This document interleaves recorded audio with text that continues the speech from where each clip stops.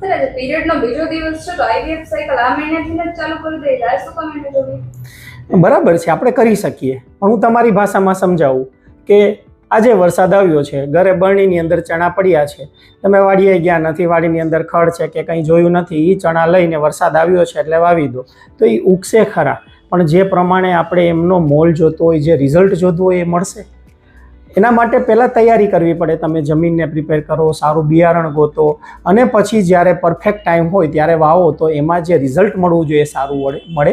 તો સેમ વસ્તુ આઈવીએફમાં પણ એપ્લાય થાય કે આઈવીએફ આ મહિને કરીએ એની બદલે આપણે તૈયારી કરીએ. જમીન એટલે કે તમારું યુટ્રસ છે કે જ્યાં બાળકને રોપણ કરવાનું છે ગર્ભ બનાવ્યા પછી, એને તૈયાર કરીએ, એમના માટે જે કાંઈ રિપોર્ટ્સ થતા હોય આ બધું કરી લઈએ. જેનાથી બાળક બનવાનું છે એટલે કે તમારું બીજ અને તમારા હસબન્ડના સ્પર્મ એમની ક્વોલિટી સારી સુધરે એ માટે જે કંઈ પણ કરવાનું હોય એ બધું કરીએ તો આઈવીએફનો સફળતાનો દર પણ જે હોય એના કરતાં થોડો ઘણો વધી જાય. પ્લસ જે બાળક રહે એ બહુ સારું રહે, એમને મિસ થવાના ચાન્સ ઘટી જાય, ખોટખાપણવાળું આવવાના ચાન્સ ઘટી જાય. એટલે આઈવીએફમાં પ્રિપરેશન પણ ઘણો બધો ભાગ ભજવે છે. તો ઉતાવળ કર્યા વગર થોડું પ્રિપેર કરી અને પછી આઈવીએફ કરીએ તો રિઝલ્ટમાં ઘણો બધો ફેર પડે. એટલે હું તમને થોડી રાહ જોવાની સલાહ આપું છું.